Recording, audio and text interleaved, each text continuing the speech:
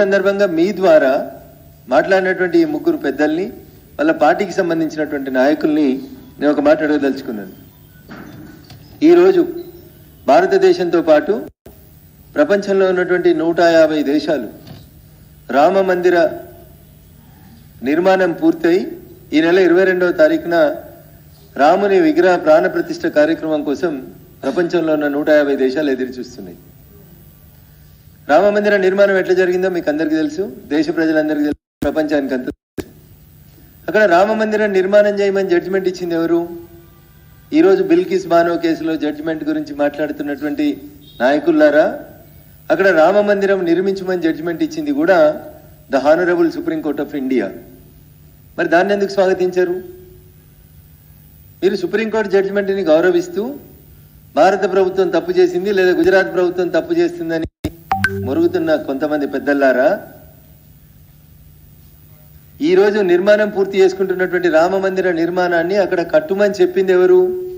The same honourable supreme court full bench చెప్పింది. నిన్న 3 జడ్జిలే మాట్లాడినరు, ఇంకా దాని మీద 5 జడ్జిలకో 7 జడ్జిలకో అప్పీల్ పోవడానికి అవకాశం ఉంది. Still there is an appeal chance in Bilkis Bano case. But whereas in the case of the Rama Mandir, the Honorable Apex Court of this country has delivered a judgment. Why can't you welcome it? ఇదే రాహుల్ గాంధీ, అదే రామారావు గారు, అదే కవిత గారు రామ మందిర విషయంలో supreme court ఇచ్చిన జడ్జిమెంట్కి అనుకూలంగా నిర్మాణం పూర్తి చేసుకున్నటువంటి రామ మందిర నిర్మాణాన్ని మేము స్వాగతిస్తా ఉన్నాం. దాని ప్రాణ ప్రతిష్ఠ కార్యక్రమంలో మేము పాల్గొంటామని మాట్లాడేందుకు నోరు రానటువంటి పెద్ద మనుషులు ఏమనుకోవాలి? మిమ్మల్ని రావణాసురుని వారసులు అనుకోవాలనా?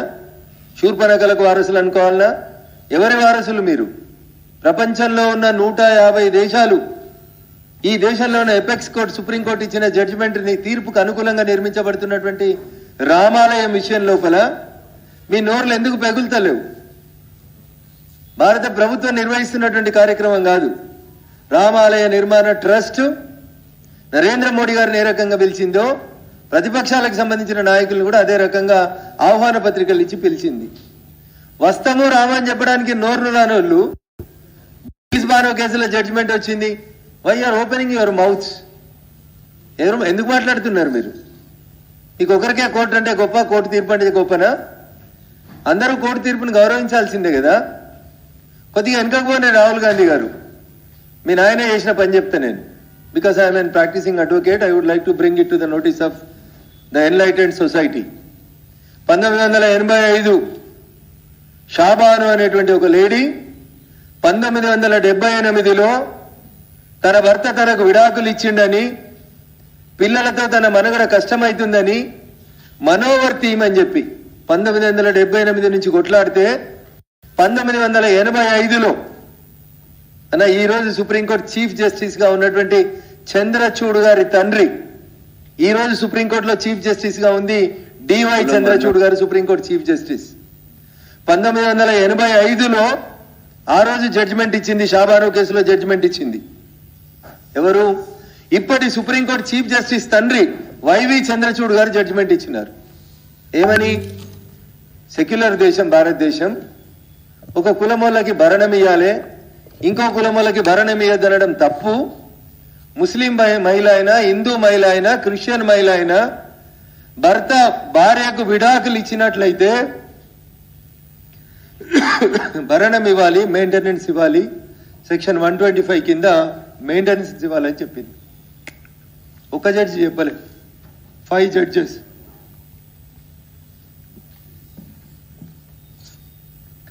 It was the judgment of Honorable Chief Justice. నిన్నిచ్చింది చీఫ్ జస్టిస్ బెంచ్ కాదు, బిల్కిస్ బానో కేసులో. ఆ రోజు షాబానో కేసులో జడ్జిమెంట్ ఇచ్చింది సుప్రీంకోర్టు చీఫ్ జస్టిస్, ప్రస్తుత చీఫ్ జస్టిస్ గారి తండ్రి జస్టిస్ వైవి చంద్రచూడ్ గారు, రంగనాథ్ మిశ్రా గారు, డిఏ దేశాయి గారు, మన తెలుగు జడ్జి గారు కూడా ఒకరు ఉన్నారు, ఓ చిన్నపరెడ్డి గారు, ఈఎస్ వెంకటరామయ్య గారు.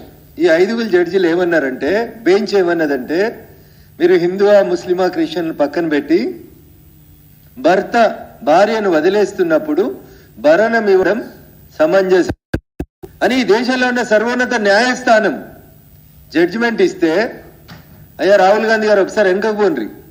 మీ నాయన ప్రైమ్ మినిస్టర్ గుండి 1986లో 85లో వచ్చినటువంటి సుప్రీంకోర్టు జడ్జిమెంట్ని నల్లిఫై చేస్తూ దాన్ని పక్కన పెడుతూ ఆ జడ్జిమెంట్ తప్పని చెప్తూ షాబానో కేసులో సుప్రీంకోర్టు 5 జడ్జిలు ఇచ్చిన బెంచ్ తీర్పుని పక్కన పెడుతూ ఒక ఆర్డినెన్స్ తెచ్చిర్రు. తర్వాత ఒక చట్టం తెచ్చిండ్రు. ఏం చట్టం తెచ్చిర్రు? Muslim women protection of rights and divorce act 1986 అని భారత పార్లమెంట్ లో కొత్త చట్టమే చేసేసిండ్రు. I'm not exaggerating the facts, దయచేసి అందరూ అర్థం చేసుకోవాలి. మేము ప్రజలకి విషయాన్ని వాస్తవాన్ని చెప్పేందుకు ప్రయత్నం చేస్తా ఉన్నాం.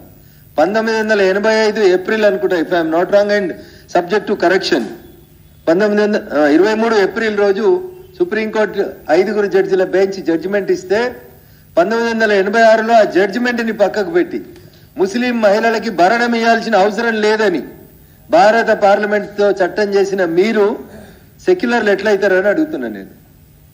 తనకు 3 పిల్లలని, తన భర్త వదిలేసిండని, వాళ్ళతో తనకు జీవనం గడవడం కష్టమవుతుందని ఒక పేద ముస్లిం మహిళ దాదాపు 7 సంవత్సరాలు కొట్లాడి సుప్రీంకోర్టును ఆశ్రయించి ఒక జడ్జిమెంట్ తెస్తే దాన్ని పక్కకు పారేసిండ్రు. ఇంకా చెప్తాను మీకు. అదే రాజీవ్ గాంధీ గారి క్యాబినెట్ లో క్యాబినెట్ మంత్రి గవర్ననీయులు Arif Mohammad Khan, if I'm not wrong ప్రస్తుత కేరళ గవర్నర్ అనుకుంటా వారు అప్పుడు రాజీవ్ గాంధీ క్యాబినెట్ కి రిజైన్ చేసిండు. Being a Muslim I'm shameful.